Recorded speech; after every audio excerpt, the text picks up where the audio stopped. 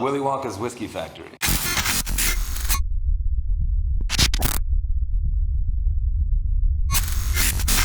Hey, we just finished up an amazing tour with the Westward Whiskey Factory. Now we're gonna sit down here with Miles Munroe himself, and he's gonna walk us through a flight. Yeah, I mean, we just did the tour. You know, you got to try our wash, got to try the new make coming off the still. Let's get into the whiskey here. Oh, so, awesome. yeah, first one here on your left. On the left. This is what we call original. This was Westward American Single Malt. This is really what it's all about. This, to me, is the definition of our interpretation of single malt. Okay. So you get the grain, you get those nice fermentation notes as well. You know, we're going into new American oak, so you're definitely gonna get some of those bourbon characteristics as well, though, even though it's a malt whiskey, right? You're gonna get some of that coconut and vanilla baking spice that you typically get in bourbon that you get from new American oak. For me, at the end of the day, with any of these whiskeys that we're making, however wacky experiments are going, it's two things at the end of the day. Does it taste good and is it balanced? Yeah.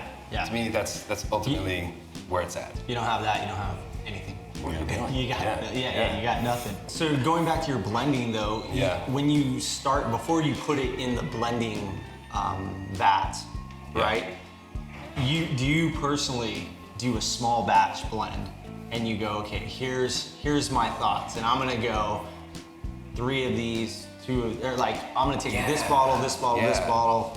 Yeah, so we'll do a mock blend first, right? Like we're just pulling samples from barrels. Yeah. We'll work it out that way. But we'll start with probably 40 or 50 barrel samples on the blend table. Okay. And narrow it down to that 18 or 20. Okay. And usually during that process, find a couple that are actually potential single barrels. Come across one that's just like, wow, that's really amazing on its own, just for one reason or another. But for the blend, we have a flavor profile that we go for. A certain amount of fruitiness, a certain amount of wood, a certain amount of herbaceousness as well. For me, in this, I love that word. Like, that sounds, I just gotta say it. Herbaceousness. I'm gonna say that to my wife tonight, see what happens. If you're looking herbaceous, see Herbaceousness. what happens. Jen. Careful with that. I think that's what you gotta pull that out every once in a while. Sample number 2. So let's do dive this. into So it. what do we got here? So this is Western American Single Malt Stout Cask. One of my favorites. Is it? This is one of my favorites. This is definitely one of my daily sippers. The stout is one that I go to, and confession, I like it with an old fashioned. I found out last night. Yes. How important is it for Westward brand to stay locally sourced? We're a big believer in terroir in whiskey. I think that it really depends on the materials you're using and then how you process them, how you actually treat them. Yeah. You can actually get a pretty good expression of terroir in your whiskey. We like to say that Westward speaks of its origins, that it has a sense of place. And so obviously the culture and the climate here tie into that a lot. I mean, at the risk of sounding parochial though, I will say that we're not so tied into just the Pacific Northwest. Okay. So I think the stout is a good example. So how we make this is I'm giving my empty Westward barrels to brewers. Okay. And it's primarily been Portland brewers because they're so close. Like the proximity makes sense, right? And they'll age stout in the barrel, they'll get their whiskey barrel aged stout, but then they give a barrel back to me. And then you get to And then reuse. we do another year of aging, on Westward, and we get Stout Cask. Now, that doesn't necessarily have to be a Portland brewer. Okay. We are branching out. I've sent barrels to the East Coast, down south, Okay. down the coast of California. But it started as a Portland thing because we've got so many breweries here. Why not do that? Yeah. The proximity also, though, for us is important in that when I get these barrels back, it's usually the day of or the day after they've emptied them. So these are wet fills. Which is, to me, like changes the mouthfeel on this, gives you so much more stout characteristics. It's not rinsed. Really? It's still got this layer of stout inside the barrel. And so it's less about it has to be Portland and more about the proximity makes sense and that we can do a wet fill on these barrels. Yeah, that makes sense. Yeah, Stout Cask, to me, such a good flavor match. Delicious. As far as like stout beer and Westward, you mentioned the like chocolate covered espresso, those notes. You get that in stout Absolutely, as well, yeah. right? And so, nice addition to the Westward. Yeah. It amplifies a lot of that. One of our first ones we tried from Westward, and this one and the Pinot were absolutely. We were fighting over who gets the bottles. So. Yeah. 100%. 100%. Oh, I love that. Yeah. All right, so we just finished the stout. Where are we headed now? We're headed now into another cask expression of Westward. This is our Pinot cask. Oh, American single malt Pinot cask. So, you know, in the world of single malts, right, you've got sherry finish, you've got port finish, a lot of wine, fortified wine finish is pretty ubiquitous in the industry. For us, we're in the Willamette Valley. We have Willamette Valley Pinot Noir makers right here, right down the road. Right down the road. World-class, incredible winemakers. And so we thought we'd mess with those barrels. And obviously this became one of your staple expressions, so it's done well. It's done incredibly well, and actually is a favorite here at the distillery. And I like that this is distinctly different enough from the stout too, in that, you know, the stout highlights those chocolatey, roasty, grainy notes in Westward, whereas the Pinot highlights the, I'm gonna use this word again, herbaceousness. Fruity, earthiness, because those are all the words that describe Joel as. that's right. Earthy, fruity, herbaceous. You're a Pinot cast. I finally found my identity. Yeah, I think we did. So great pour. Yep. You know, we've reviewed it before. We always say it's a buy. I mean, definitely see it on the shelf, grab it. Yep. I'm interested in this last one. What do we got here? What do we got here? Yes, so let's dive into our fourth sample here. This is our most recent club release. This is actually shipping out this week. Oh, So this is I'm on that club. I'm on that club. You are, yes. So is Joe by proxy. The spoils, I love it. This most recent batch is more focused on the grain. Okay. So we call this is the first in a series we're calling Elements. Okay. And this is High Desert to Klamath Basin. What that means is the grain, all the barley that we sourced for this project came from two very distinctly different parts of Oregon. So Central Oregon, where we have high desert, there's some good grain growers out there, and then the Klamath Basin, which is actually down near the California border.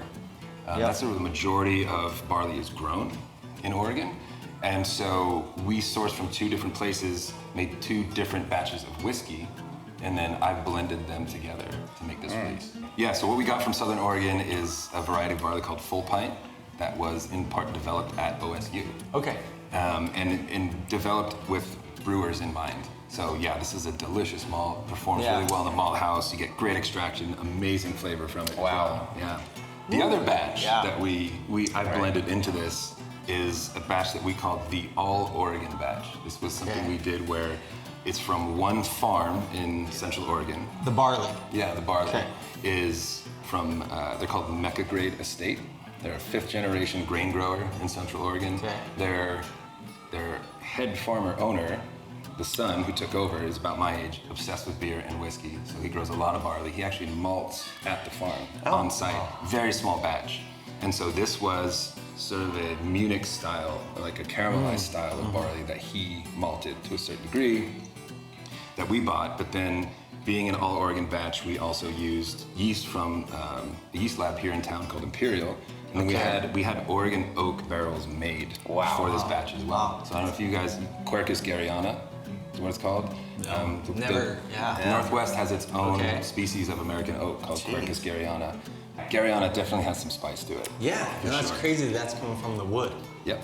You know, that's amazing, because it hits harder. All right, Jeff? I mean, dude, right? It's definitely, it's spicier than all the rest, but it is amazing. A little goes a long way. Yeah. In this blend, only 10% of this blend is the Garryana whiskey. Wow, that little? Yeah. I mean, this has been amazing, Miles. Thank you for walking us through these.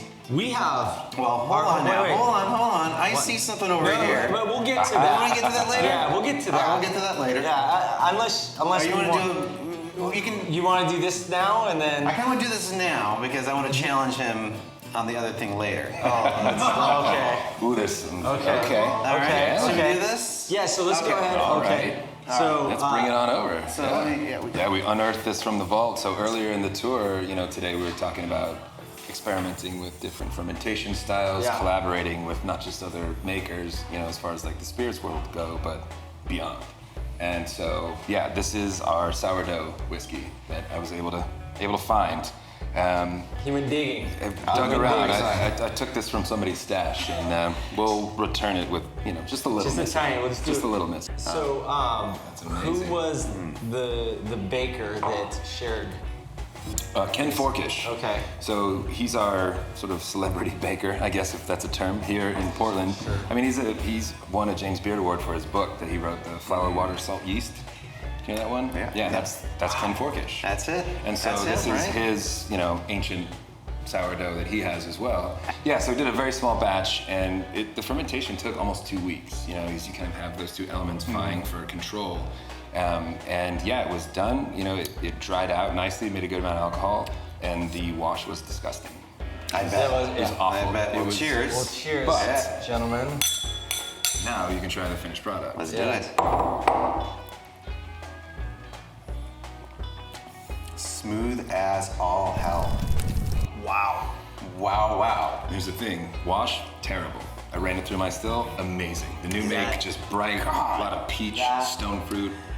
We do make more of this on occasion, but again, it's something that, it's a little tricky to do. Well, I'm gonna tell you, man. I'm gonna self-invite us when that's ready to release. We'll be happy to come back up. I'm sure you guys just will have saying, a my release friend. party. Let's do it. We're here. Absolutely. We're here. That'd be amazing. Yeah. Absolutely. I mean, we'll partake in this next part as well, but it's really for you. Yeah, Okay. we're curious to see if you can if recognize can. this. Yeah. Okay. So we at Whiskey Thieves, we love to do brown bag blinds, right? Yeah. So you just don't know what you're gonna get. So we're gonna just do a little bit. So now don't be. Sounds like bourbon. Yeah. So don't be, confused by the color, because it's it's very young. Very young. So Okay. I'll give you that. That's the only thing I'll give you. But go ahead, turn around. Oh boy. Yeah. So this is an interesting one. I think you're gonna like this. Okay. Yeah. Yeah, pretty clear. Clear. Oh, you guys.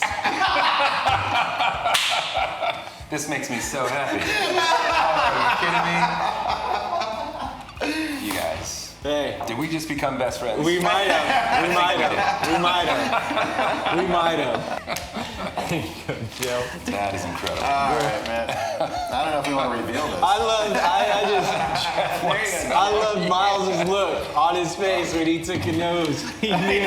It was like childhood memories. I saw, he went to his happy place right there. Oh. Cheers, Cheers, gentlemen. guys. Thank you for an amazing journey, trip, Absolutely. This was tour, Thank you for drinks, having us. etc. Here's to Westward Whiskey. Thank you again for stopping by. Stay safe, sane. Peace. All right, guys. Cheers, man. Let's go. So do you sip this or you just pound it? No. You pound it? Oh, good lord.